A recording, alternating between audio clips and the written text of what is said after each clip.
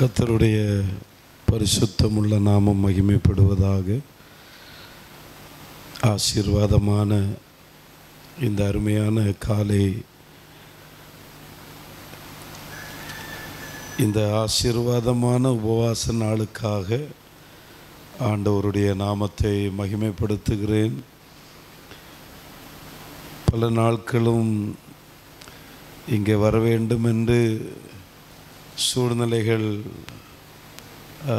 தடைப்பட்டபடினாலே இன்றைக்கு திடீரென்று காலை தினத்திலே ஒரு சூழ்நிலை கத்திருந்த விதமாக, ஆமென், அதாவது கர்த்தருடைய ஒரு லீடிங் இருந்தபடினாலே நான் நினைக்கல இங்கே வருவோன்னு நினைக்கவும் இல்லை.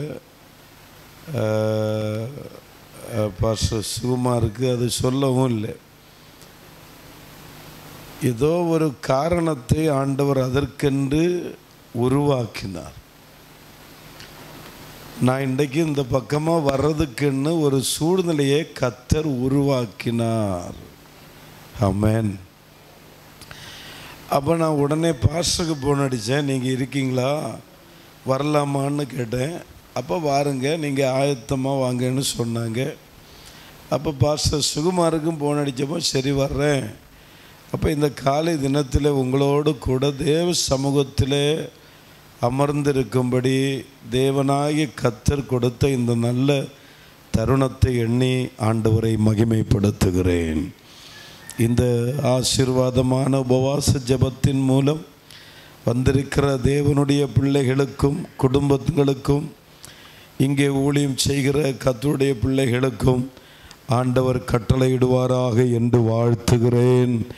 தேவனாகிய கர்த்தர் நம் அனைவரையும் ஆசீர்வதிப்பாராக. நம்ம தேவனுடைய சமூகத்திலே வரும்பொழுது எல்லாமே தேவன் நம்மை பார்க்கிறவராயிருப்பார். ஆண்டவருடைய நாமத்தினால் தேவனுக்கு முன்பாக கர்த்தருடைய பாதத்திலே நம்ம வரும் பொழுது தேவன் நம்மை விசாரிக்கிறவராயிருப்பார். தேவன் நம்மை பார்ப்பார். அப்போ பார்த்து கொண்டே இருப்பார். எப்பெல்லாம் நீங்கள் வருவீங்களோ அப்பெல்லாம் கர்த்தர் உங்களை பார்த்துட்டே இருப்பார். ஆனால் திடீர்னு ஒரு நாள் நீங்கள் வரலன்னா உங்களை குறித்து ஆண்டவர் என்ன செய்வார் சொல்லுங்க? உங்களை குறித்து ஆண்டவர் என்ன செய்வாங்க? வரலையே அப்படின்னு சொல்லி நம்ம குடும்பக்காரங்க அப்படி விசாரிக்க மாட்டாங்க. எங்கோடையாவது எந்த வேலையும் போட்டுன்னு விட்டுருவாங்க. ஆனால் நாம் ஆராதிக்கிற நம்முடைய ஆண்டவர் ஒரு நாள் நம்ம தேவனுடைய ஆலயத்துக்கு வரலன்னா அவர் துக்கப்படுவார், மனஸ்தாபப்படுவார். எங்கே போயிருப்பாங்க, என்ன செய்வாங்க, யாரிடத்துல போயிருப்பாங்க, எந்த காரணத்துக்காக போயிருப்பாங்க என்று தேவன் விசாரித்து துக்கப்படுகிறவராயிருப்பார். நம்புறீங்களா? அப்படி நம்புறீங்களான்னு எங்க நம்ம குடும்பத்தில் உள்ளவங்க, நம்ம சபையில் உள்ளவங்க, மற்ற ஜனங்கள் எல்லாம் அவ வரலையா, அவ வரலன்னா போட்டு நம்ம இருப்போம் அப்படி சொல்லுவாங்க. ஆனால் நாம் ஆராதிக்கிற நம்முடைய தேவன் மாத்திரம் ஒரு நேரம் நம்மளை காணலைன்னா அவர் நம்மை விசாரிக்கிறவராயிருப்பார். நம்மை அவர் விசாரிப்பார். எங்கே இருக்கிறாங்கன்னு தேடி வருவார். எந்த சூழ்நிலையிலே அகப்பட்டிருக்கிறாங்க என்று அவர் தேடுவார். எனவே தான் நம்முடைய ஆண்டவரை நம்ம ஆராதிக்கிறோம், நம்மை விசாரிக்கிற தேவன் என்று நம்முடைய தேவனை நம்ம மகிமைப்படுத்துகிறோம். வேத புஸ்தகமும் நமக்கு சொல்லுகிறது, அவர் உங்களை விசாரிக்கிறவரானபடினால் என்று வேதம் சொல்லுகிறது. கரங்களை உயர்த்தி கர்த்தருக்கு அல்லேலூயா சொல்லுவோம். நம்முடைய தேவன் நம்மை விசாரிக்கிற தேவன். நம்ம எந்த சூழ்நிலையில் இருக்கிறோம் என்பது அறிகிற தேவன். நம்ம எந்த நிலைமையில் வந்திருக்கிறோம் என்பது கர்த்தர் அறிவார். நம்ம தேவனுடைய பாதத்திலே ஜெபிக்க வேண்டிய அவசியம் இல்லை. ஜெபம் பண்ணக்கூடாதுன்னு இல்லை.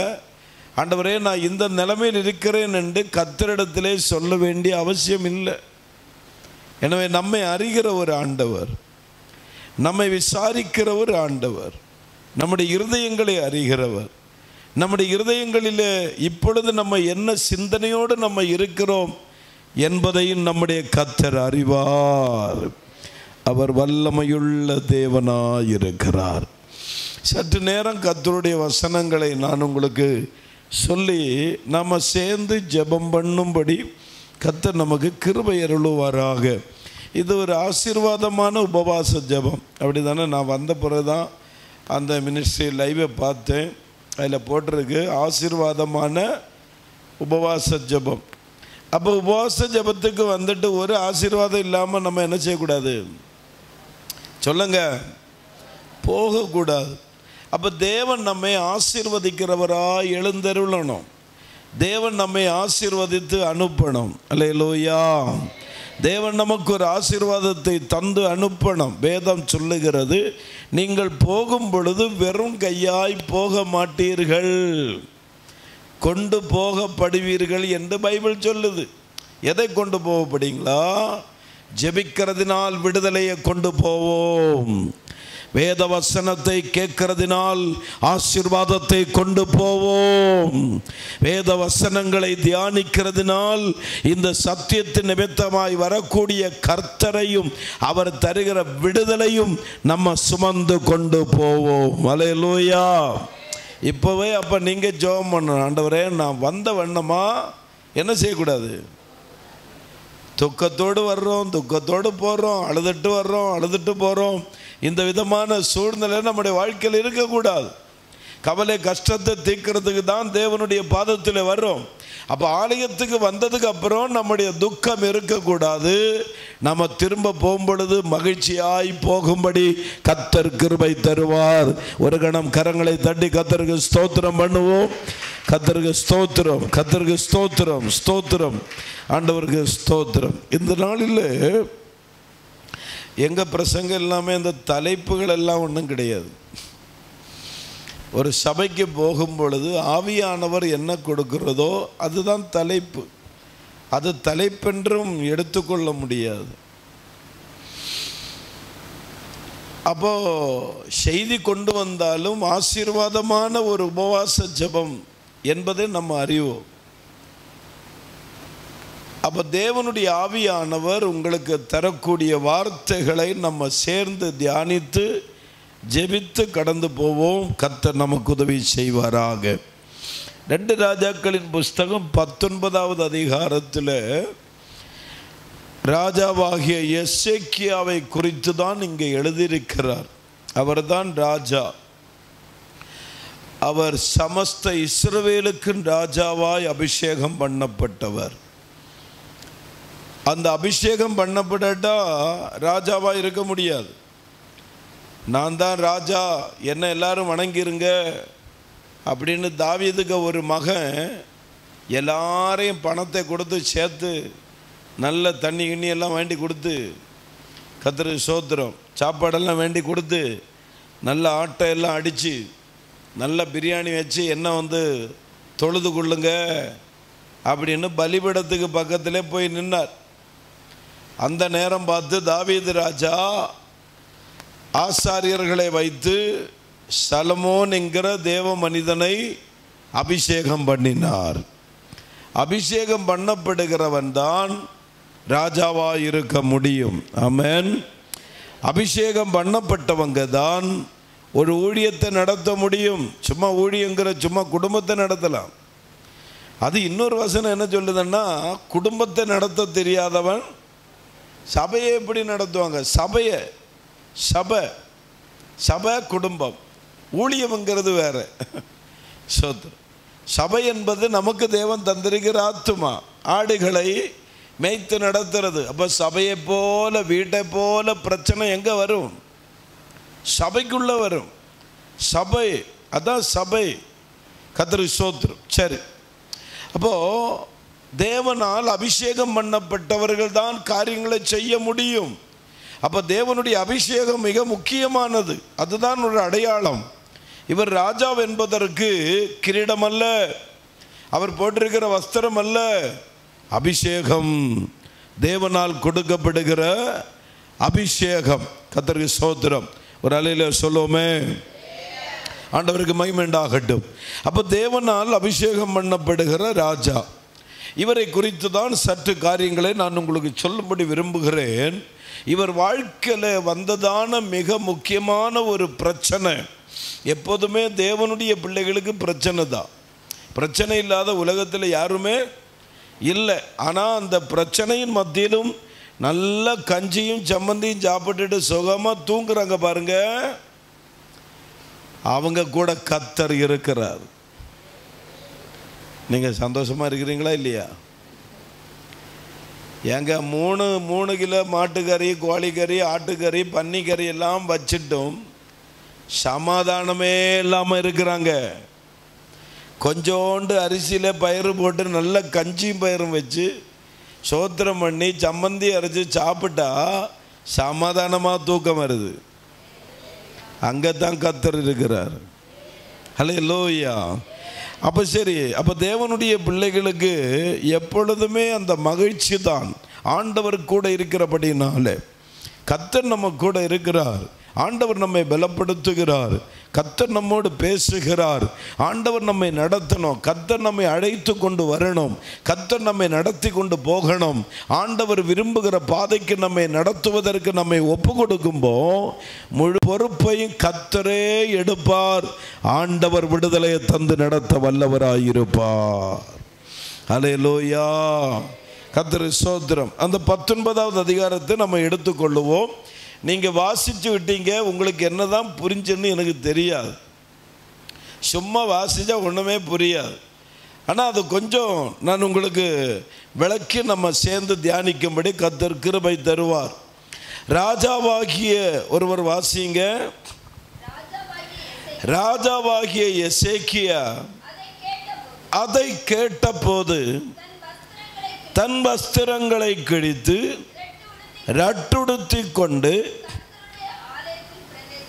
கர்த்தருடைய ஆலயத்தில் பிரவேசித்து, நல்ல கவனிங்க, ராஜாவாகிய எசேக்கியா சாதாரணமானவன் அல்ல, சாதாரணமாக கஞ்சி குடிக்கிறவன் அல்ல, சாதாரண தொழில் செய்கிறவன் அல்ல, இவர் சாதாரணமான ஒரு மனிதன் அல்ல.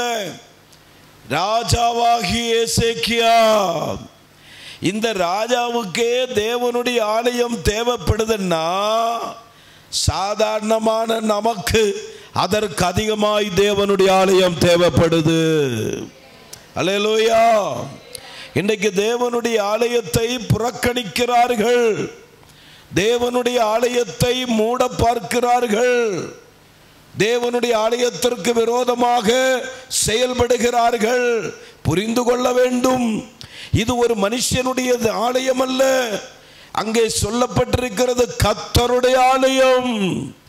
இயேசு ரத்தம் சிந்தி மீட்டுக்கொண்டு எருசலேமுக்கு வரும்பொழுது அவர் சொல்லுகிறார், இது என்னுடைய வீடு என்று ஆணித்தரமாய் பேசுகிறார் இயேசு. அப்ப கர்த்தருடைய ஆலயம் இது. கர்த்தருடைய ஆலயத்தை ஒருவனும் தீண்ட முடியாது, ஒருவனும் அதை பூட்ட முடியாது. இன்றைக்கு இந்த இடத்தை பூட்டினால் நாளைக்கு இன்னொரு பக்கத்தில் ஆண்டவர் திறக்க வல்லவராயிருப்பார். தேவன் திறந்தால் ஒருவனும் பூட்ட கர்த்தர் அனுமதிக்க மாட்டார். ஆனா கர்த்தர் பூட்டணும்னு வச்சிருங்க, ஒருத்தர் என்ன செய்ய முடியாது. நோவா பெரிய பேழையை கட்டினார், கட்டிட்டு எல்லாத்தையும் உள்ளே ஏற்றிட்டாரு. நோவா பிள்ளைகளெல்லாம் கூப்பிட, ஏப்பா வாருங்கப்பா இந்த கதவை மூடுவோன்னு சொல்லி கதவை போட்டு இழுத்து இழுத்து பார்க்கறது, கதவை என்ன செய்யலை, மூட மாட்டேங்க. கதவை அப்படிதான் இருக்கு, என்னாச்சோ தெரியல. உடனே எல்லாரையும் உள்ள தள்ளிட்டு கர்த்தர் என்ன செய்தார், கதவை அடைச்சிட்டார். இப்போ நோவாவுக்கும் திறக்க முடியாது, எந்த மிருகங்களுக்கும் திறக்க முடியாது. கர்த்தர் பூட்டினார்னா ஒருவராலும் திறக்க முடியாது. கரங்களை உயர்த்தி ஒரு அலையில சொல்லுவோம். அப்ப ராஜாவாகிய எசேக்கியாவுக்கு தேவனுடைய ஆலயத்தை தேட வேண்டும் என்ற ஒரு வாஞ்சை அல்லது ஒரு காரியம் இருக்குமானால், இன்றைக்கு தேவனுடைய ஆலயத்தை தேடுவதற்கு நமக்கு எத்தனை காரியங்கள் இருக்கு. எவ்வளவு நேரம் நம்முடைய கர்த்தருடைய ஆலயத்திலே நம்ம தேடி வருகிறோம். எத்தனை காரியங்களுக்கு தேவனுடைய ஆலயத்தை தேடுகிறோம். எவ்விதமான சமயங்களிலே கர்த்தருடைய ஆலயத்தை தேடுகிறோம். சிலருக்கு கிறிஸ்துமஸ் என்கிற ஒரு நாள் வந்தால் தான் தேவனுடைய ஆலயத்தில் போவாங்க. அவங்க அந்த கிறிஸ்துமஸ் முடிச்சு அந்த பக்கமாக கடைசியில் அவங்க எப்போ பார்க்கலாம் தெரியுமா? அந்த 31ஆம் தேதி இரவு ஆராதனை, டிசம்பர் மாதம் 31ஆம் தேதி இரவு ஆராதனை. இந்த 31ஆம் தேதி இந்த இரவு ஆராதனையில் அவங்க விடிய விடிய இருப்பாங்க, ஆசீர்வாதம் வாங்கிட்டு போயிடுவாங்க. அதுக்கப்புறம் ஒரு நாளும் கர்த்தருடைய ஆலயத்தில் அவங்களுக்கு வேணாம். விளங்குதா உங்களுக்கு? ஒரு ராஜாவாகிய எசேக்கியாவுக்கு தேவனுடைய ஆலயத்தில் அவன் பிரவேசித்தான். தேவனுடைய ஆலயம் நமக்கு தேவை. ஜெபிப்பதற்கு தேவனுடைய ஆலயம் தேவை. நம்முடைய கஷ்டங்களை சொல்லுவதற்கு தேவனுடைய ஆலயம் தேவை. நான் போய் முழங்கால் போட்டு கர்த்தரை தேடுவதற்கு இதோ உம்முடைய பிள்ளையாகிய நான் வந்திருக்கிறேன், எனக்கு ஒரு உதவி செய்யும், என்னுடைய ஜெபத்திற்கு ஒரு பதில் தாரும், என் குடும்ப சூழ்நிலையை கண்ணோக்கி பாரும் என்று அறிவிப்பதற்கு ஒரு கர்த்தர் அவருடைய ஆலயத்தில் இருக்கிறார். நான் போவதற்கு கர்த்தருடைய ஆலயம் தேவை. அல்லேலூயா. எல்லா கைகளை உயர்த்தி ஒரு அல்லேலூயா சொல்லுவோம். ஆண்டவருக்கு ஸ்தோத்திரம். தேவனுடைய ஆலயம் மிக முக்கியமானது. அப்போ கர்த்தருடைய ஆலயம் இன்னைக்கு பார்த்தீங்கன்னா 10 கோடி 5 கோடி 3 கோடிக்கெல்லாம் ஆலயம் கட்டுறாங்க. தேவையில்லை. கொஞ்ச நாள் உட்கார்ந்து ஆராதிப்பதற்கு ஒரு கூடாரம் நமக்கு தேவை. அந்த காலத்திலெல்லாம் மேகம் வந்து தங்குவாங்களா? கூடாரத்துக்கு மேலே மேகம் இருக்குமா? இந்த மேகம் என்னைக்கு புறப்பட்டுருமோ அங்கே ஊழியம் முடிஞ்சு அந்த மேகத்துக்கு பின்னாடி போக வேண்டியதா. அல்லேலூயா. சந்தோஷமா தான் சொல்லுங்களேன். அப்ப நம்ம இந்த காலத்தில் ஒரு மேகம் இந்த கூடாரத்துக்கு மேலே நின்றுச்சுன்னா இந்த ஊருகாரங்களுக்கு வேதனை தான். இந்த சபை இருக்கிறது வரைக்கும் தான் மகிழ்ச்சி. இந்த ஆலயம் இருக்கிறது வரைக்கும் தான் விடுதலை. இந்த ஆலயம் இருக்கிறது வரைக்கும் தான் தேசம் எங்க ஒரு சமாதான உலாவி கொண்டிருக்கும். இந்த ஆலயம் இங்கிருந்து பெயர்ந்து போயிட்டுன்னா அந்த தேசத்தினுடைய சமாதானம் பெயர்ந்து போய்விடும். அந்த தேசத்தினுடைய பாதுகாப்பு போய்விடும். அந்த தேசத்தினுடைய ஆசீர்வாதம் போய்விடும். அப்ப நாம் எந்த அளவுக்கு தேவனுடைய ஆலயத்தை தேடுகிறோமோ அந்த அளவுக்கு கர்த்தர் நம்மோடு இருப்பார். தேவனுடைய ஆலயம் நமக்காய் வைக்கப்பட்டிருப்பார். அல்லேலூயா சொன்னீங்களா? சத்தமா சொன்னீங்களா? சரி, அப்ப நல்லா கவனிங்க. ராஜாவாகிய எசேக்கியா கர்த்தருடைய ஆலயத்தில் பிரவேசித்தார்.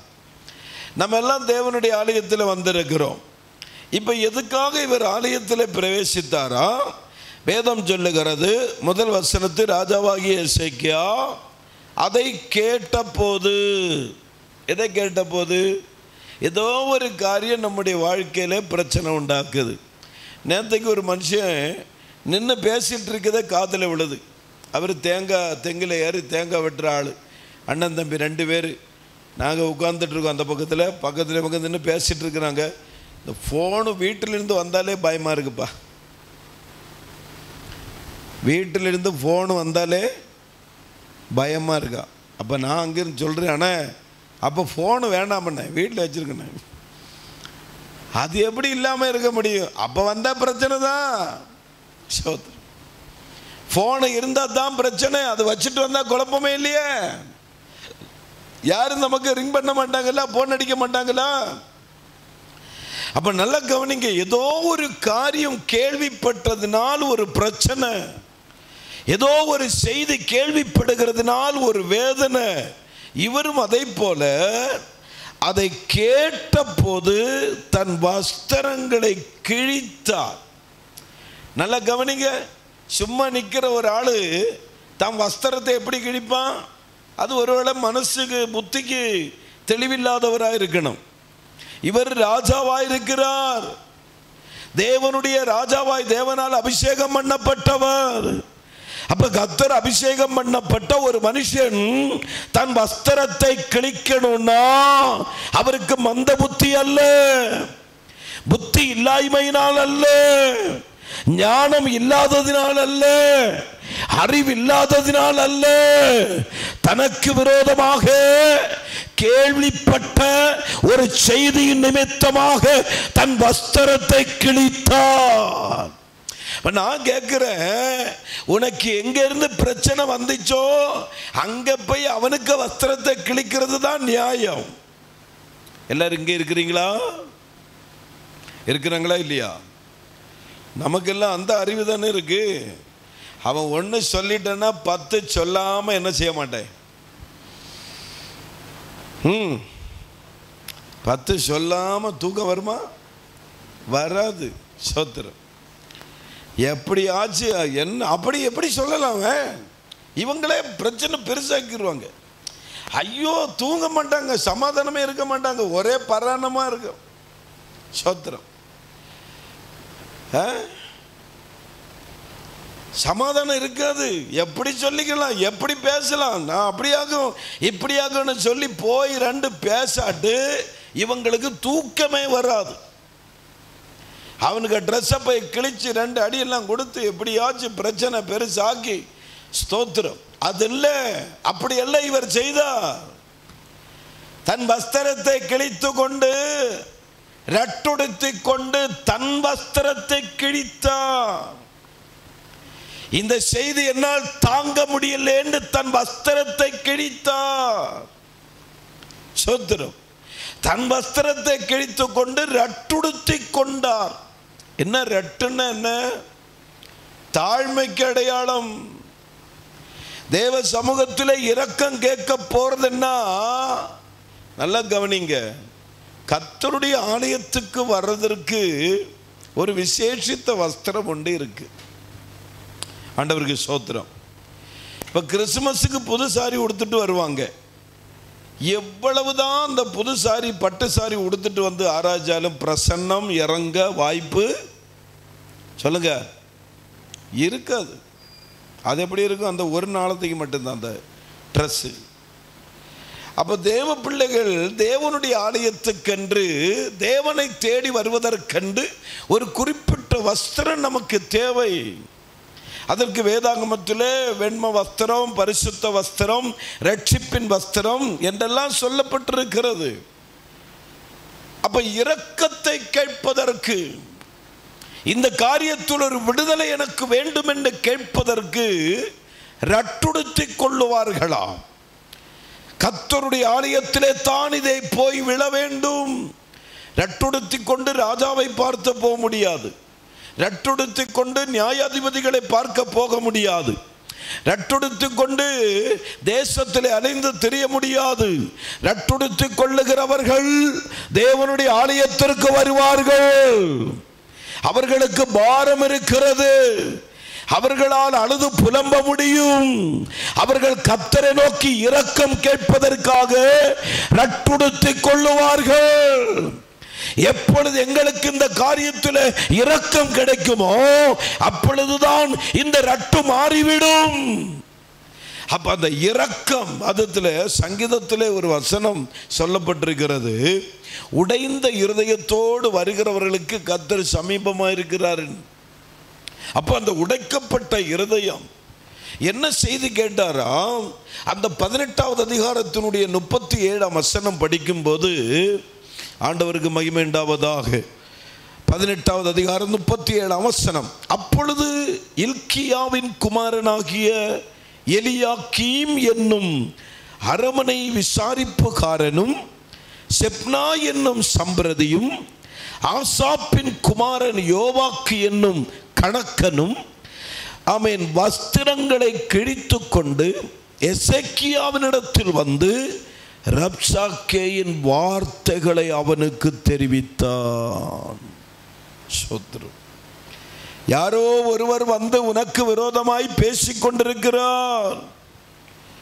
ஒருவருடைய அசங்கியமான வார்த்தை, கோபம் நிறைந்த வார்த்தை, உங்களை அழித்து விடுவேன் என்று சொல்லுகிற வார்த்தை எசேக்கியாவுக்கு காதில் கேட்டவுடனே ராஜாவாகிய எசேக்கியா தன் வஸ்திரங்களை கிழித்துக் கொண்டு தேவனுடைய ஆலயத்தில் பிரவேசித்து, அங்க என்ன இருக்குய்யா?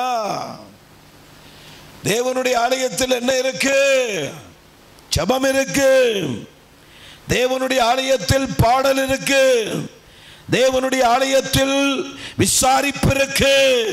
ஒருத்தருக்கு ஒருத்தர் விசாரிக்கிறது, ஒருவருக்கொருவர் ஜெபிக்கிறது, ஒருவருக்கொருவர் அன்பு கூறுகிறது, ஒருவருக்கொருவர் ஐக்கியமாயிருக்கிறது, பாடி தேவனை துதிப்பது, தேவனுடைய மகிமை இறங்கி வருகிற இடம், பரிசுத்தமாக்கப்பட்ட தேவனுடைய ஆலயம், பரிசுத்த ஆவியானவர் உலாவி வருகிற தேவனுடைய ஆலயம், அதுதான் தேவனுடைய ஆலயம்.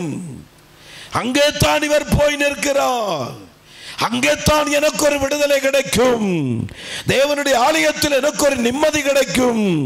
தேவனுடைய ஆலயத்தில் எனக்கு ஒரு சமாதானம் கிடைக்கும். பல ஆண்டுக்கு முன்னாடி எங்க குடும்ப சூழ்நிலை சற்று சொல்ல முடியாது. சோத்திரம். அப்ப அந்த வேதனை தேவ சமூகத்திலே போயிருந்து அழுது தீப்பா என் மனைவி, ஆண்டவரே எங்க குடும்ப நிலைமை இப்படி இருக்கு, சபையில போயிருந்து அழுவா. அழும்போ ஊழியக்காரன் அங்கே அம்மா அங்கே இருப்பாங்க. அந்த அம்மாமார் வந்து கேட்பாங்களா, ஏண்டி எதுக்கு அழுறிய? அவன் புருஷன் என்ன செலவுக்கு பணமாக தரல? சோத்திரம். தேவ வீட்டில் போய் இருந்து அழுதா என்ன கேட்பாங்க? என்னம்மா அவன் புருஷன் உனக்கு செலவுக்கு ஒன்றுமே தரலையா? அப்படியே கேட்கணும். ஜெபாலயத்துக்கு எதுக்கு வர்றோம்? தன் கண்ணீரை கொட்டுவதற்கு, கண்ணீரோடு ஜெபம் பண்ணுவதற்கு. அங்கே போய் வீட்டில் இருந்து ஜெபம் பண்ண முடியாதனாலே ஆலயத்துக்கு போகிறோம். இன்றைக்கெல்லாம் அப்படி ஆகிப்போச்சு. எல்லாரும் வீட்டிலே தேவனை தேடுகிறாங்க. ஒரு செல்லு ஓப்பன் பண்ணி வச்சு லைவுக்குள்ளே உட்கார்ந்து இருக்கிறாங்க. கர்த்தரை ஸ்தோத்திரம். டிவியிலே உட்கார்ந்துட்டு இருக்கிறாங்க. தேவனுடைய ஆலயம் வேண்டாம். இன்றைக்கு ஒருவருக்கும் தேவனுடைய ஆலயத்தில் சமாதானத்தோடு வர முடியல. தேவனுடைய ஆலயத்தில் வந்து ஆராதிக்க வேண்டும் என்ற விருப்பம் தேவ பிள்ளைகளுக்கு நஷ்டப்பட்டு போயிற்று. எனவே இந்த தேவனுடைய மனுஷன் எந்த அளவுக்கு தன்னை தேவனுடைய ஆலயத்தை குறித்த ஒரு விருப்பம் இருந்ததினால அவர் தேவனுடைய ஆலயத்தை தேடி வருகிறார். அநேகர் வருவாங்க, ஆலயத்தில் அழுவாங்க, சிரிப்பாங்க, நகைப்பாங்க. யாரும் என்னன்னு விசாரிக்கிறது இல்லாமல், கவலைப்படாதம்மா, உன் கண்ணீருக்கு தேவன் பதில் கொடுப்பார். உன் கண்ணீரை காண்கிற கர்த்தர் ஒருவர் இங்கே இருக்கிறார். நீ ஜெபிக்கிற ஜெபம் இங்கிருந்து உனக்கு கேட்கப்படும். நீ தைரியமாய் போ என்று யாருமே சொல்ல மாட்டேன். எதுக்கு அழுற? எதுக்கு அழுற? குடும்பத்தில் நான் பிரச்சனையா?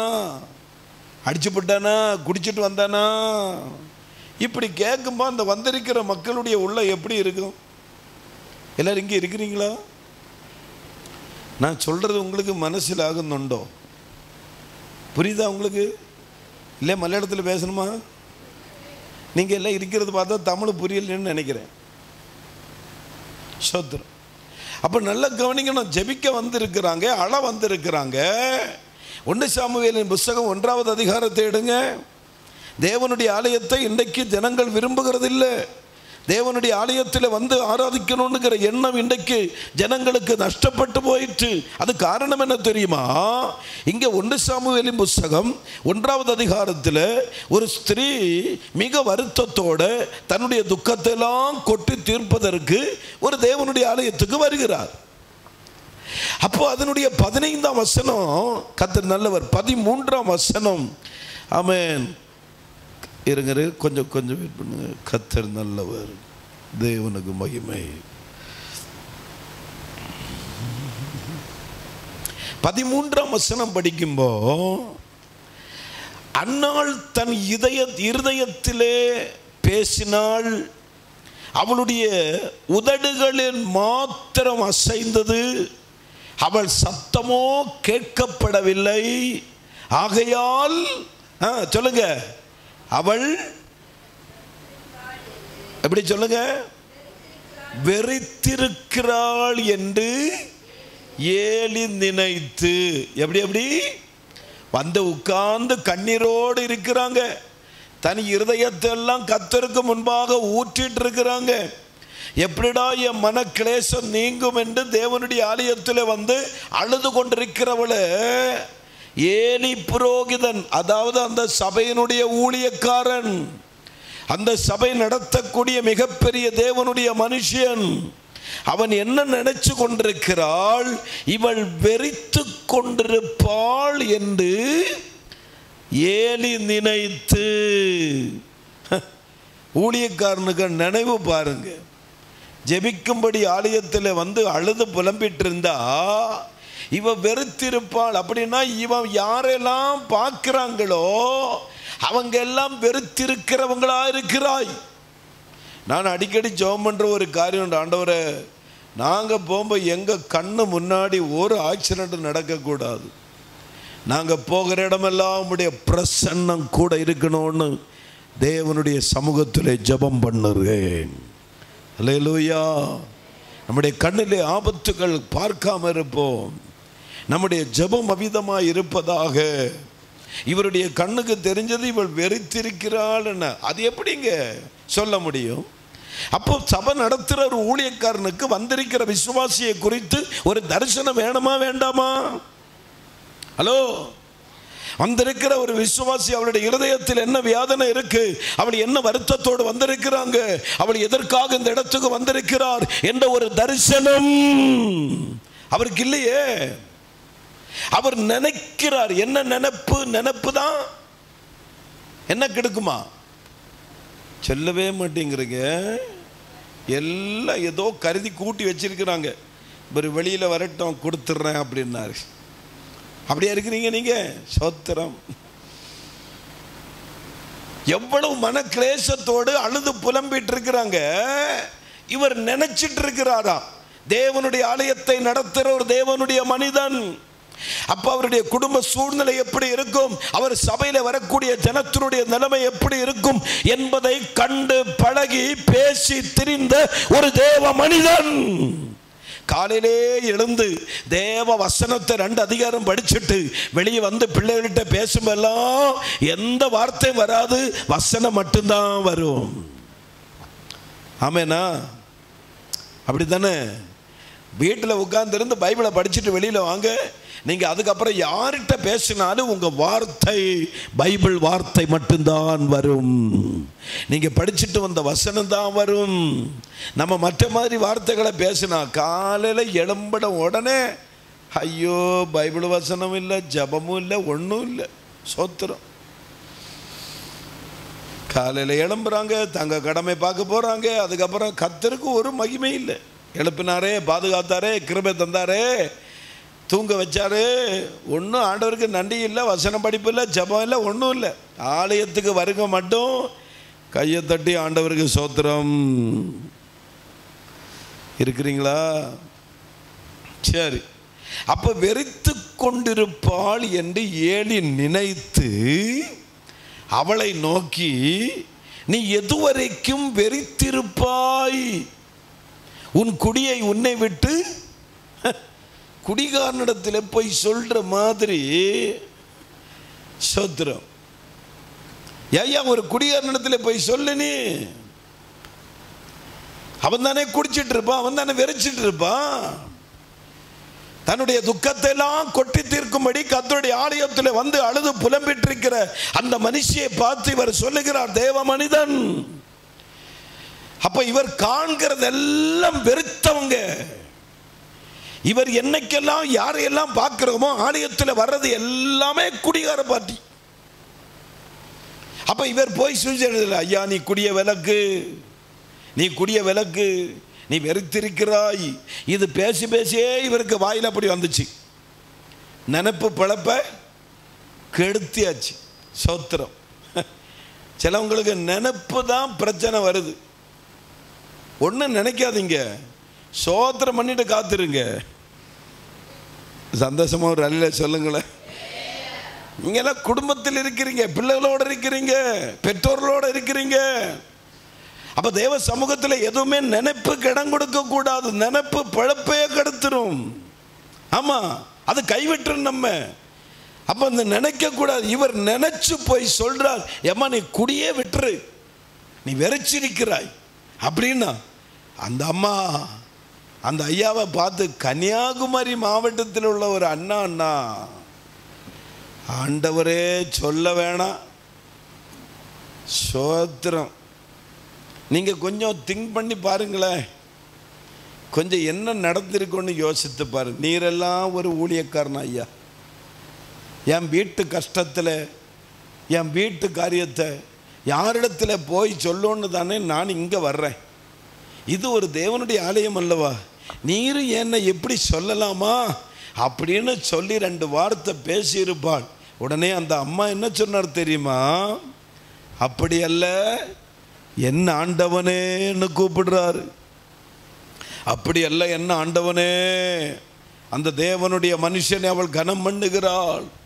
ஒரு ஊழியக்காரனை கனம் பண்ணுற ஒரு தேவ பிள்ளை, ஒரு ஊழியக்காரனை கனம் பண்ணுற ஒரு குடும்பம், ஒரு ஊழியக்காரனை கனம் பண்ணுற தேசம் ஆசீர்வதிக்கப்படும்படி கர்த்தர் கிருபை செய்வார்.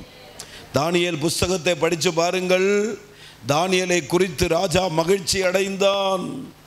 சிங்க கெபிலே போடுவதற்கு சத்துருக்களால் தீர்மானிக்கப்பட்ட போதும் ராஜா துக்கப்பட்டார். தானியேலையா? சோத்திரம். தானியேலை சிங்க கெபிக்குள்ள கொண்டு போட்டாச்சு, கல்ல மூடியாச்சு. கர்த்தருக்கு சோத்திரம். இப்ப ராஜாவுக்கு தூக்கம் வரல, துக்கத்தோடு இருக்கிறார். எப்பொழுது விடியும், எப்பொழுது விடியும்? தானியேலை போய் பார்க்க, சிங்க கெபியை போய் பார்க்க எப்பொழுது விடியும் என்று காத்திருந்தார். அவர் துயர சத்தமாய் ஓடி வந்து விடியதற்குள்ளே நின்று கூப்பிட்டு கேட்கிறார், தானியேலே, ஜீவனுள்ள தேவனுடைய தாசனே, நீ இடைவிடாமல் ஆராதிக்கிற உன் தேவனாகிய கர்த்தர் உன்னை சிங்கங்களுக்கு தப்புவிக்க வல்லவராயிருந்தாரா? நல்ல சொல்லுங்க. எவ்வளவு தரிசனம் பாருங்க. அந்த ராஜா ஜெபம் பண்ண மாட்டாரு. அந்த ராஜாவுக்கு கர்த்தரை பற்றி தெரியாது. இந்த தானியேல் தீர்க்கதரிசி அங்க வந்ததுக்கு அப்புறம் தான் தேவனுடைய நன்மை என்பதை அவருக்கு தெரியும். இப்ப அவர் தரிசனத்தோடு வந்து கேட்கிறார், ஜீவனுள்ளதே. நேத்து போட்ட தானியேல் சிங்கங்களுக்கு மாத கணக்கு ஆகாரத்தை கொடுக்கல. அப்ப சிங்கத்தை உள்ளே போட்டுட்டு இரவு முழுசும் தூக்கம் இல்லாம நடமாடி திரிஞ்ச ராஜா தூக்கமே இல்லாம ஓடி வந்து கூப்பிட்டு கேட்கிறாங்க, ஆமென், ஜீவனுள்ள தேவனுடைய தாசனே, நீ இடைவிடாமல் ஆராதிக்கிற உன் தேவன். அல்லேலூயா. அப்ப ஆராதிக்கிற தேவ பிள்ளைகளுக்காக தேவன் சிங்க கெபிக்குள்ளும் இறங்குவார். அல்லேலூயா. சத்தமா சொல்லுங்களேன். அல்லேலூயா. ஆராதிக்கிறீங்களா? ஆராதிக்கிறவர்களுக்காக சிங்க கெபில இறங்குவார். மற்றும் 3 பேர் சொன்னாங்க, நாங்கள் ஆராதிக்கிற தேவன் எங்களை அக்கினி சூளைக்கு தப்பு வைக்க வல்லவராயிருப்பார். அப்ப ஆராதிக்கிற தெய்வ பிள்ளைகளுக்காக தேவன் அக்கினிக்குள்ளும் வந்து நம்மை விடுவிக்க வல்லவராயிருப்பார். அதுக்கு அப்புறமாக இந்த குடிகாரங்க பாவி அதெல்லாம் போட்டு ஏன் வருத்தப்படுறீங்க? இவ எப்பதான் வந்ததிலிருந்து குடும்பம் விளங்கலேன்னு சொல்றீங்களா? அப்படி சொல்லாதீங்க. அப்ப சிங்க கேபி, அப்ப அக்கினி சூளை, அதுதான் பெரிய காரியங்கள். இந்த குடும்பத்தில் தேவன் தரக்கூடிய வாழ்க்கையெல்லாம் அது வேதனைப்படாதீங்க. ஸ்தோத்திரம் பண்ணி போயிட்டே இருங்க. சகலத்தை கர்த்தர் கிரமமாக்குவார். ஆமேனா இல்லையா? சரிதானே? அப்ப இனி கவலைப்படக்கூடாது. குடிகார மனுஷோட கிடையிலப்பா, தெரியலப்பா, என்னப்பா வாழ்க்கை, அப்படி சொல்லாதீங்க. வாழ்க்கை கர்த்தர் கொடுத்திருக்கிறார். ஜெபம் பண்ணி சமாதானமாக இருங்க. சகலத்தை கர்த்தர் நன்மையாய் மாற்றுவார். ஏன்னா வேதாகமத்தில் ஆரம்பத்தில் சொல்லுது, பூமி ஒழுங்கின்மையும் வெறுமையுமா இருந்துச்சா. கர்த்தர் பூமியை வானத்தை உண்டாக்குனதுக்கு பிறகு, பூமியை கர்த்தர் உண்டாக்குனதுக்கு பிறகு அது ஒழுங்கின்மையாக இருந்துச்சா. கர்த்தர் நடத்தின பிறகும் ஒழுங்கின்மைன்னா, ஜெபாலயத்துக்கு வந்த பிறகும் ஒழுங்கின்மைன்னா, ஜெபிச்ச பிறகும் ஒழுங்கின்மைன்னா அது அப்படி வேணாமல்ல. சகேயு ஒரு நேரம் தான் கர்த்தரை பார்த்தார், அப்பவே மனம் திரும்பி ஒப்பு கொடுத்தார், தேவ பிள்ளையாய் மாறினார். அல்லேலூயா, சத்தமா சொல்லுங்க. என்னுடைய வார்த்தைகளை நான் முடிக்க விரும்புகிறேன். செய்தி ஆரம்பத்தை கூட போல, தேவனுடைய ஆலயத்தில் ஒரு தெய்வ பிள்ளை வந்தா இருதயத்தை கர்த்தர் அறிவார், ஆண்டவர் அறிவார். அங்கே ஏலி புரோகிதர் இருக்க மாட்டாங்க, அங்கே ஊழியக்காரங்க அல்ல, கர்த்தர் விசாரிப்பார். உன் கண்ணீருக்கு நான் பலன் தருவேன், உன் ஜெபத்தை நான் கேட்பேன் என்று கர்த்தர் சொல்லுவார். அந்த ஸ்திரியை பார்த்து அந்த தேவ மனுஷன் என்ன சொன்னார் தெரியுமா? நீ சமாதானத்தோடு போ, நீ தேவனிடத்தில் வேண்டிக் கொண்ட உன் விண்ணப்பத்தின்படி அவர் உனக்கு தந்தருளுவாராக என்று சொன்னதுக்கு அப்புறம் அவள் பிற்பாடு துக்கமாக இருக்க ஆண்டவர் இடம் கொடுக்கவே இல்லை. அல்லேலூயா, ஆண்டவருக்கு ஸ்தோத்திரம். தேவனுடைய ஆலயத்தை நல்ல கவனிங்க. அதை கேட்டபோது தன் வஸ்திரத்தை கிழித்து ரட்டுடுத்தி கொண்டு கர்த்தருடைய ஆலயத்தில் பிரவேசித்தார் என்றால், தேவனுடைய ஆலயத்தை குறித்து அவ்வளவு வாஞ்சை அந்த தேவனுடைய மனுஷனுக்கு இருக்கிறது. நீங்கள் 2 நாளாகமத்தின் புஸ்தகம் 29வது அதிகாரத்தை எடுத்துக்கொள்ளுங்க. ஓ தேவனுக்கு மகிமை. 2 நாளாகமம் 29வது அதிகாரம் அதனுடைய 3ஆம் வசனம் வாசிங்க. அவன் தன் ராஜ்யபாரத்தின் 1ஆம் வருஷம் 1ஆம் மாதத்தில் கர்த்தருடைய ஆலயத்தின் கதவுகளை திறந்து அவைகளை பழுது பார்த்து, நல்ல கவனிங்க, நல்ல கவனிங்க. இந்த எசேக்கியா ராஜாவை குறித்து வேதம் சொல்லுது. அவன் தன் ராஜ்ய பாரத்தின் 1ஆம் வருஷம் 1ஆம் மாதத்தில் கர்த்தருடைய ஆலயத்தின் கதவுகளை திறந்து அவைகளை பழுது பார்த்து. அல்லேலூயா, அல்லேலூயா, சத்தமா சொல்லுங்க.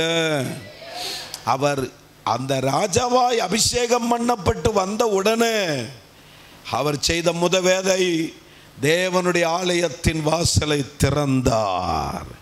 அதுவரைக்கும் வந்து போன ராஜாக்கமார் எல்லாம் இடம் வாங்கி வீடை கட்டி வாகனங்கள் வாங்கி நல்ல குதிரை வாகனத்தில் ஓடிட்டே இருந்தாங்க. ஆனால் இவர் ராஜாவாய் அபிஷேகம் பண்ணப்பட்டு உள்ள வந்தார், தேவனுடைய ஆலயத்தின் கதவுகளை திறந்தார். உள்ள இருக்கிற அழுக்கு அசூசி எல்லாம் மாற்றி அதை பழுது பார்க்கும்படி கிருபை உண்டானது.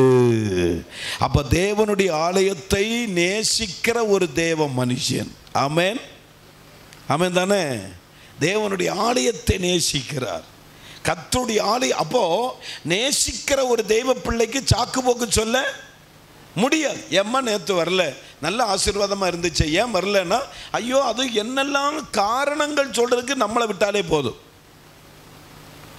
இருக்கிறீங்களான்னு காரணங்களை சொல்லணும்னா நம்மளை விட்டு அடிக்கிறதுக்கு வேற யாருமே இருக்காது.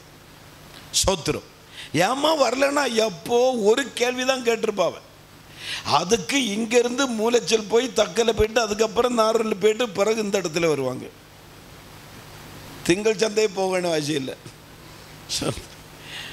யோசித்து பாருங்க. காரண கர்த்தர் அப்படி இல்லை. காரணங்கள் சொல்லக்கூடாது, எந்த சாக்கு போக்கும் வழி வைக்கக்கூடாது.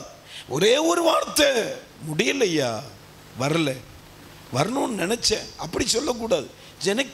நினைக்கிறேன் முட்டு போடணும்னு தான் நினைக்கிறேன், ஜெபம் பண்ணணும்னு தான் நினைக்கிறேன். அன்னைக்கு நினைச்சிட்டு இன்னைக்கு நினைச்சிட்டு தான் இருக்கிறாங்க. நேரமே சொன்னால நினைப்பு தான் நினைச்சிட்டு தான் இருப்பாங்க. சோத்திரம். ஆராதிக்க முடியாது, துதிக்க முடியாது, ஜெபம் பண்ணவும் முடியாது. தேவனுக்கு மகிமை உண்டாகட்டும். அப்போ தேவனுடைய ஆலயத்தை நேசிக்கிற ஒரு தெய்வ பிள்ளை பொய் சொல்ல முடியாது, ஆமை சாக்கு போக்கு சொல்ல முடியாது. அந்த நேரம் ஆகும் பொழுது கர்த்தருடைய ஆலயத்துக்கு வருவதற்கு மனம் உண்டாகும், பலன் உண்டாகும். ஆமென். ஒரு பலன் வரும். அது வரைக்கும் முடியாமல் இருப்போம். கர்த்தருடைய ஆலயத்துக்கு போனமே நேரம் ஆகுதுன்னு சொல்லும் பொழுது ஒரு அறியாத ஒரு பலன் நம்மை கர்த்தர் தரும்படி வல்லமையுள்ள தேவனாய் இருப்பார். நான் செய்தி அந்த 7ஆம் வசனம் வரைக்கும் நான் சொல்ல வேண்டியது உண்டு. நான் சீக்கிரமாய் சொல்லி நான் உங்களுக்கு பாஸ்டருடைய கையில் கொடுக்க விரும்புகிறேன். அவர் பிரவேசித்து ஆலயத்தில் பிரவேசித்தார்.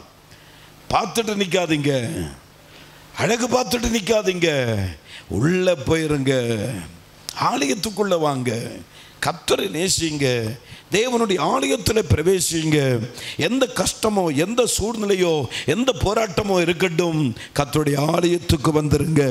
2ஆம் வசனத்தை படிக்கும்போது, அரமனை விசாரிப்புக்காரனாகிய எலியாக்கிமையும் சம்பிரதியாகிய செப்னாவையும் ஆசாரியனின் மூப்பரையும் ஆமோத்தின் குமாரனாகிய ஏசாயா என்னும் தீர்க்கதரிசியினிடத்துக்கு ரட்டுடுத்தி கொண்டவர்களாக அனுப்புகிறார். 2 ராஜாக்கள் 19:2 பாருங்க.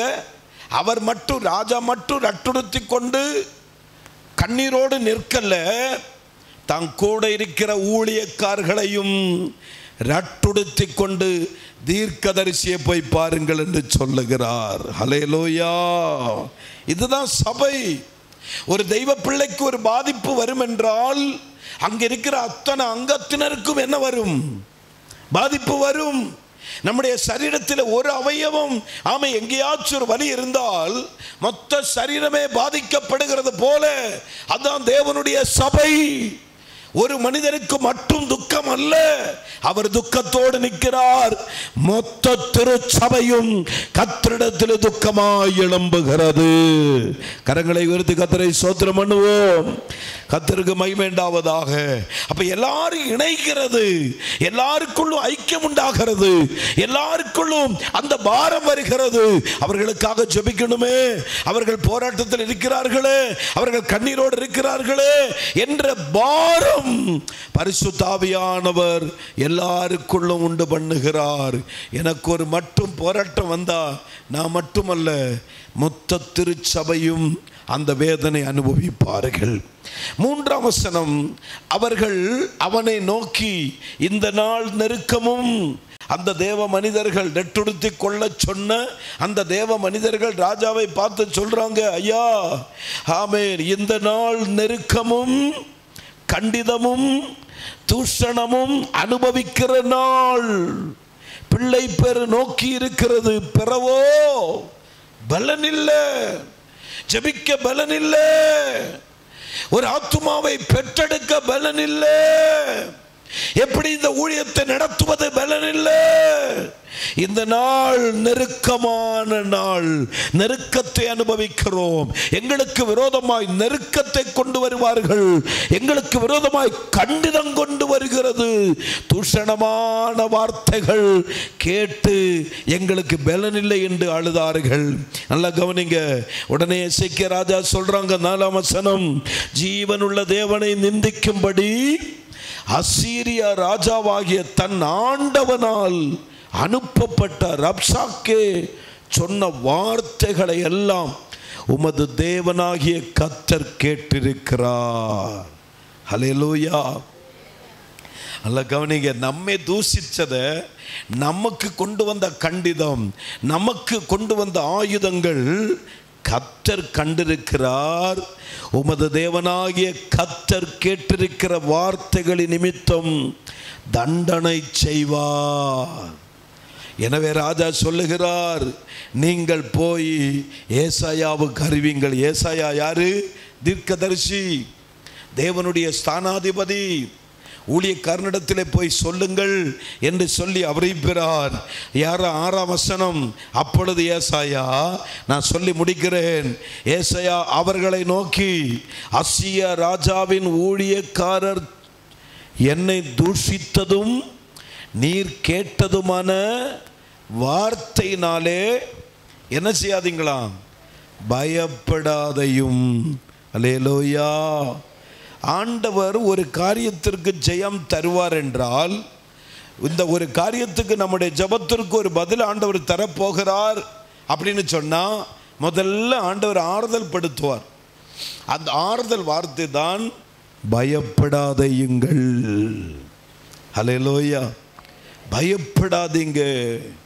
உங்களுக்கு வந்திருக்கிற சத்துருக்களின் நிமித்தம், உங்களுக்கு விரோதமாய் பேசப்பட்ட வார்த்தைகளின் நிமித்தம் நீங்கள் பயந்து போகாதிருங்கள். நீங்கள் பயப்படாதிருங்கள். உங்களுக்கு அந்த பயம் அவசியமில்லை. நீங்கள் தேவனுடைய பிள்ளைகள், நீங்கள் ஜெபிக்கிறவர்கள், நீங்கள் பயப்படாதீங்கள் என்று சொல்லி 7ஆம் வசனம் படிக்கிறேன். இதோ அவன் ஒரு செய்தியை கேட்டு தன் தேசத்துக்கு திரும்புவதற்கான ஆவியை நான் அவனுக்குள் அனுப்பி. எப்படி? சத்துரு ஒரு செய்தியை கர்த்தர் கேட்க பண்ணுவாராம். வேதாகமத்தில் அப்படி பல அடையாளங்கள் இருக்கிறது. ஸ்தோத்திரம். கிதியோன் பார்த்தா ஏராளமான ஜனக்கூட்டம் பட்டயங்களோடு இருக்கிறாங்க பள்ளத்தாக்கில். கிதியோனுக்கு பின்னாடி நிற்க ஒருவருமே இல்லை. கிதியோன் பயந்து நின்றார். 3ஆம் நாள் கர்த்தர் கிதியோனை கூப்பிட்டு, எப்பா நீ என் கூட வா, நீ இன்னும் பயந்துட்டு தானே இருக்கிறாய், கொஞ்சம் அந்த பக்கம் தள்ளிப்போ, அவங்க 2 பேரும் பேசுகிற வார்த்தை கேள் அப்படின்னு சொல்லி இந்த கிதியோன் போய் ஒட்டு கேட்குறார். ஒட்டு கேட்கும்போது 2 பேரும் பேசுகிறாங்க. என்ன பேசுகிறாங்க தெரியுமா? கவனிங்க. 2 பேரும் நின்று பேசுகிறாங்க. என்ன வார்த்தை? ஐயா, நான் நேற்று ஒரு சொப்பனம் கண்டேன். அதில் ஒரு பெரிய வார்க்கோதுமை அப்பம் உருண்டு வந்து மேலே மலையிலிருந்து உருண்டு வந்து அப்பம் உருண்டு வருமா. நம்ம ஊர் இட்லின்னா கூட பரவாயில்ல, கொஞ்சம் ரவுண்டு இருக்கும். பரோட்டையும் ரவுண்டு இல்லை. நீங்கள் சொல்கிற அப்பம் ரவுண்டாக இருக்குமா? சரிக்கிறீங்க. அப்போ சரியாக வராதுன்னு சொல்கிறீங்க. தோசையும் ரவுண்டாக வராது, சப்பாத்தியும் ரவுண்டாக வராது, பூரி போட்டாலும் என்ன வராது. இங்கே ஒருத்தர் சொப்பனம் கண்டு சொல்கிறார், ஒரு பெரிய ரவுண்டு அப்பம். ஆமேன். அது உருண்டு மலையிலிருந்து உருண்டு வருமா. சோத்திரம். அப்போ உருண்டு வந்து அந்த பெரிய அப்பன் நம்ம அந்த கூடாரத்தின் மேலே விழுந்து நம்மளை எல்லாரையும் அழிச்சு போட்டது அப்படின்னு சொல்கிறார் அவன். உடனே பக்கத்தில் கேட்டு நின்னவன் சொல்கிறாங்க, ஐயா அது நீர் கண்ட அப்பம் யாரு தெரியுமா? கிதியோன். அவன் கரை நமக்கு விரோதமாக எழும்ப தொடங்கிச்சு அப்படின்னு சொல்லி அத்தனை ஜனங்களும் பயந்து ஓடி போயிட்டாங்க. தெய்வ பிள்ளையே, கர்த்தர் சொல்றார், இதோ அவன் ஒரு செய்தியை கேட்டு தன் தேசத்துக்கு திரும்புவதற்கான ஆவியை நான் அவனுக்குள்ளே வைப்பேன் என்று கர்த்தர் சொல்லுகிறார். உங்களுக்கு விரோதமாக எழும்புகிற ஆயுதங்கள் வாய்க்காதே போகும் என்று கர்த்தர் சொல்லுகிறார். உங்களுக்கு விரோதமான வார்த்தைகளை கேட்டு பயப்படாதீங்கள். அவன் ஒரு செய்தியை கேட்கும்படி செய்வார். நான் அவனுக்குள்ளே திரும்பி போவதற்கான ஒரு ஆவியை கட்டளையிடுவேன். உங்களுக்கு விரோதமாக எழும்பி நிற்குதோ, உங்களுக்கு விரோதமான மந்திரவாதங்கள் செய்கிறாங்களோ, உங்களுக்கு விரோதமான காரியங்கள் நடப்பிக்கிறார்களோ, சோர்ந்து போகாதீங்கள்.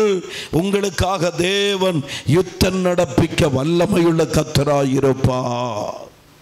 அல்லேலூயா. ஆண்டவர் திரும்ப சொல்லுகிறார், அவனை அவன் தேசத்தில் பட்டயத்தால் விழ பண்ணுவேன் என்று கர்த்தர் உரைக்கிறார் என்பதை தேவன் சொல்லுகிறார். இந்த காலை நேரத்திலே ஆண்டவருடைய பிள்ளைகளே, எவ்வளவு வார்த்தைகள் உங்கள் வாழ்க்கையிலே கேட்டு பாரம், கவலை, போராட்டத்தோடு இருப்பீங்க. கர்த்தருடைய ஆலயத்தை நேசிக்கிற ஒரு தெய்வ பிள்ளையாக இருப்போமானா நம்முடைய வாழ்க்கையில ஜெயம் கொடுக்க பயப்படாதே, நான் உன்னோடு இருக்கிறேன் என்று சொல்ல இயேசு நல்லவராய் இருக்கிறார். நம்ம தேவனுடைய ஆலயத்தை நேசிப்போம். நாம் தேவனுடைய வார்த்தைகளை கேட்பதற்கு, ஜெபிப்பதற்கு ஆண்டவருடைய ஆலயத்திற்கு நாம் வருவோம். கர்த்தருடைய ஆலயத்தை நாம் நேசிப்போம். கர்த்தருடைய ஆலயத்திற்கு விரோதமாய் வார்த்தைகள் பேசாதீங்கள்.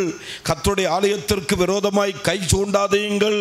கர்த்தருடைய ஆலயத்துக்கு விரோதமாய் எழும்பாதீர்கள். கர்த்தருடைய ஆலயத்தை நேசிப்போம். ஜெபிப்பதற்கு ஓடிப்போவோம். கர்த்தரை மகிமைப்படுத்துவதற்கு ஆண்டவருடைய ஆலயத்தை தேடுவோம். ஆண்டவர் இந்த வார்த்தைகளால் நம்மை ஆசீர்வதிப்பாராக.